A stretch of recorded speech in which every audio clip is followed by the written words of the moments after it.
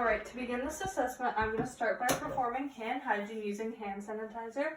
I'm going to be wiping down my stethoscope with an alcohol wipe, as well as donning some gloves. Hi, my name's Tina, and I'm your student nurse doing your full head-to-toe assessment today. Could I have your name and your age? Anthony, page 45. All right, and I'm going to be providing the patient with some privacy. So the patient does appear to be their stated age of 45, as well as their skin color and tone is even all throughout their body. The patient's height is in line with their age. Their posture is nice and straight, and I cannot see any physical deformities, as well as the patient is maintaining eye contact while I'm talking to them. They have no problems with their speech, as well as they are dressed appropriately for their age, and their mood is calm and content. Can you just stand up and walk a couple steps back and forth? So while I was doing this, I was just assessing the patient's gait. They do not seem to be in any trouble walking, such as no limping or anything like that. And I've also been assessing their work of breathing. The patient shows no signs of respiratory distress, so no nasal flaring and no shallow or deep breathing. Okay, so now we can move. Oh, and lastly, can I just ask you today's date and why you're here? Physical exam, April 9th, 2021. All right, so the patient is alert and oriented to the person, place, and time. As well, again, they do not have any troubles with their speech, so we can move on to the scalp. So I'm going to start by inspecting and palpating the scalp and the skull. Was there any pain? No. All right, so there is no tenderness. I could not feel any lumps, lesions, or edema, as well as the head is all symmetrical. And I'm also going to be assessing the hair. All right, so the hair is all one color, which is dark brown. There's even distribution all around the head, and there's no foreign infestations. I'm also going to be palpating the facial structures. All right, so the temperature is even all around the face. Was there any pain? No. So there's no tenderness. The facial structures are symmetrical, and I could not feel or see any lesions or scars. And I'm also going to be testing cranial nerve 7, which is the facial nerve. So can you smile, show your teeth, frown, puff out your cheeks, raise your eyebrows, and show your eyes tightly? So while the patient was doing this, I was testing for facial, to see if there was facial symmetry, and there was, so we can move on to the eyes now.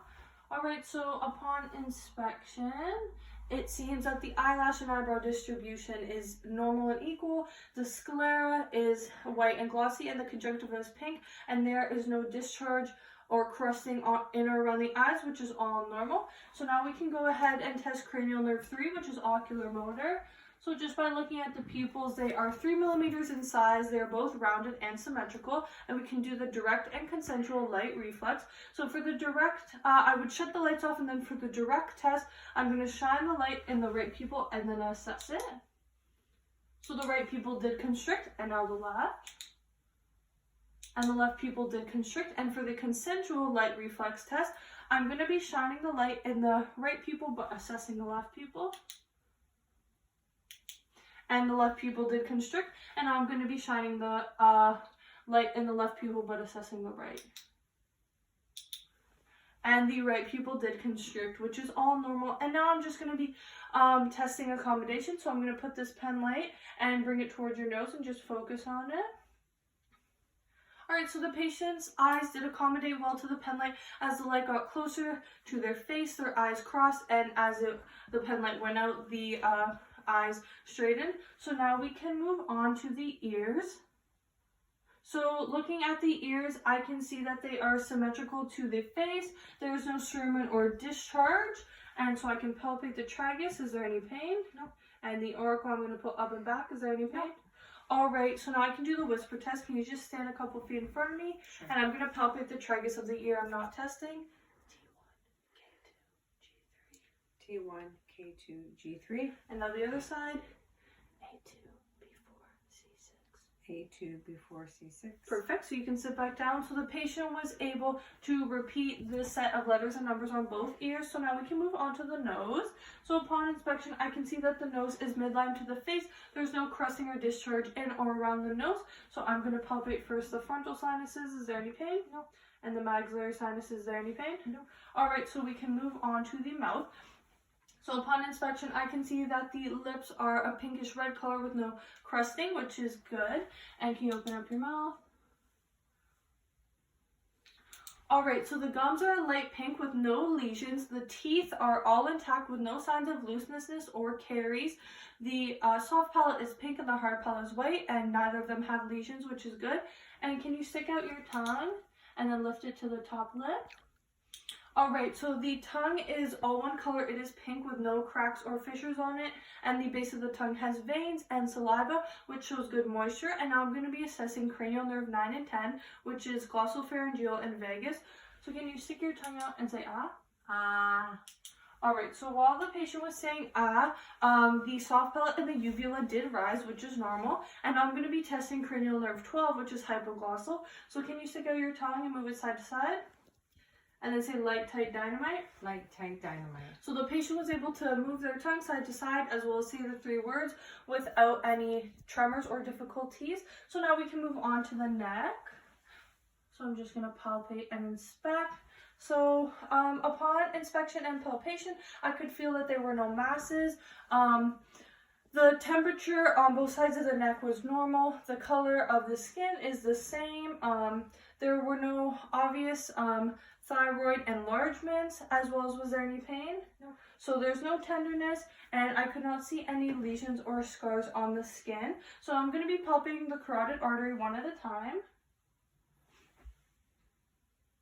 Alright, so normally I would do this for 30 seconds and then multiply the finding by 2, but I got a rate of 80 beats per minute with a grade strength of 2+, as well as a normal rhythm. And so now I can test cranial nerve 11, which is the spinal accessory. So can you move your head that way, and then shrug your shoulders? So the patient was able to move their head side to side as well as shrug their shoulders against my resistance, which is good. So we can move on to peripheral vascular, and we're going to start with the upper extremities. So upon inspection, I can see that both arms are symmetrical. The skin color is the same. I do not see any lumps or lesions or scars. So I can go on to palpating. Alright, was there any tenderness? No. So there's no pain. The temperature was the same on both sides. I could not feel any edema or masses, as well as there was no moisture on the skin. It was dry and normal, which is good. You can have your finger. So I tested the capillary refill, and it was 1 second, which is normal. Now I'm going to palpate the radial pulse. I got a 80 beats per minute with a grade strength of 2+, as well as a normal rhythm that was equal bilaterally, and a brachial pulse. Again, I got a rate of 80 beats per minute with a grade strength of 2+, that was and a normal rhythm that was equal bilaterally. So now we can move on to the legs. Alright, upon inspection, both legs seem to be symmetrical. The skin color is same on both sides. Again, I don't see any signs of lesions, scarring, bruises, anything like that, so I can palpate. Was there any tenderness? No. Alright, so there's no pain. The temperature on both legs is the same. The skin, it's nice and dry, which is normal. There's no excess moisture, as well as I do not feel any edema or masses. Alright, so I'm just gonna test. That was the capillary refill of the toe, which was 1 second. And then I'm also going to be palpating first the posterior tibialis pulse. I got a rate of 80 beats per minute, a grade strength of 2+, and a normal rhythm bilaterally. And then the dorsalis pedis pulse with a rate of 80 beats per minute, a grade strength of 2+, and a normal rhythm on both sides bilaterally. All right. And so now we can move on to the posterior thorax. So can you stick your arm out? So this is the anterior posterior leg and the transverse leg. So the patient has an APT ratio of 1:2, which is normal. Can you just turn around? Alright, so upon inspection, I can see that the spine is nice and straight. The skin color is all one tone. There does not appear to be any obvious skeletal deformities, as well as no lesions, scars, bruising, anything like that. So first I'm just going to be palpating. Was there any pain? No.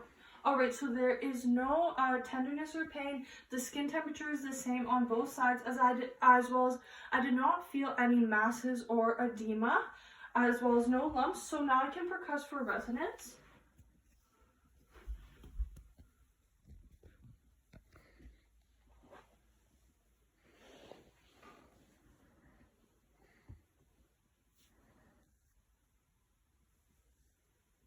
Alright, while I was percussing for resonance, I heard a clear, low-pitched, hollow sound, which is normal, and now I'm going to be auscultating again. So I percuss in all 9 spots, and I'm going to be auscultating in all 9 spots.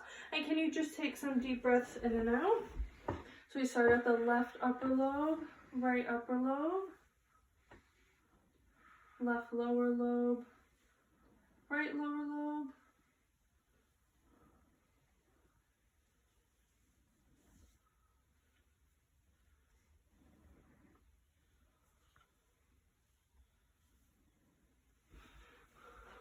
Alright, so I got a respiratory rate of 15 breaths per minute with clear lung sounds that were equal bilaterally, and there were no adventitious sounds. So you can turn around now, and I'm going to do the cardiovascular assessment. So I'm going to be auscultating all the valves. So first we have the pulmonic valve at the second intercostal space on the right. The aortic valve on the second intercostal space on the right. The pulmonic valve at the second intercostal space on the left. Erb's point, which is the third intercostal space on the left. The tricuspid valve, which is the fifth intercostal space on the left sternal border. And then the mitral valve, which is the fifth intercostal space at the mid-clavicular line on the left. And this is where I would assess the apical pulse, so I'm going to do that too. Alright, so I got a rate of 80 beats per minute with no extra heart sounds, and it was a grade strength of 2+ and a normal rhythm, as well as the best place to hear S1 would be the tricuspid and mitral valves, and the best place to hear S2 would be the aortic and the pulmonic valves. So now we're going to do the abdominal, so you could just lie down, and I'm going to be just draping the patient. You can keep your knees bent. So first, I'm just going to do a general inspection. So the patient's stomach is nice and flat with symmetrical on both sides. The skin color is even all around, and I do not see any stria, edema, or scars. So I'm going to start by auscultating in all 4 quadrants. So we have the right lower quadrant, right lower quadrant, right upper quadrant, left upper quadrant, left lower quadrant. And the bowel sounds were clear and normal, as well as around 10 bowel sounds per minute, which is normal. Now I'm going to be percussing again in all 4 quadrants. So the right lower quadrant, right upper quadrant, left upper quadrant, left lower quadrant. And I was percussing for general tympany, and the general tympany was predominant, which is normal. And now I can go in and palpate again in the 4 quadrants. So right lower quadrant, right upper quadrant, left upper quadrant, left lower quadrant. Was there any pain or tenderness? No. Alright, so there was no tenderness, and I could not feel any masses on the abdomen. So you can sit back up, and now we're going to do the musculoskeletal and range of motion check. So just copy me. So flexion and extension of the fingers, flexion and extension of the wrist, and radial and ulnar deviation. Flexion and extension of the elbows, supination and pronation. And then abduction and adduction of the shoulders, internal and external rotation, and just grab my fingers and squeeze. Alright, so that was the hand grip test that I just did, and the strength was equal bilaterally. It was nice and strong. And now, against my resistance, just lift your feet up. Can you do the dorsiflexion, which is up, and the plantar flexion, which is down? Alright, so the patient was able to do both the dorsiflexion and the plantar flexion against my resistance, and the strength was equal bilaterally, which is good. And for the range of motion test, there seems to be no difficulty with the range of motion, no altered range of motion, so that concludes my assessment.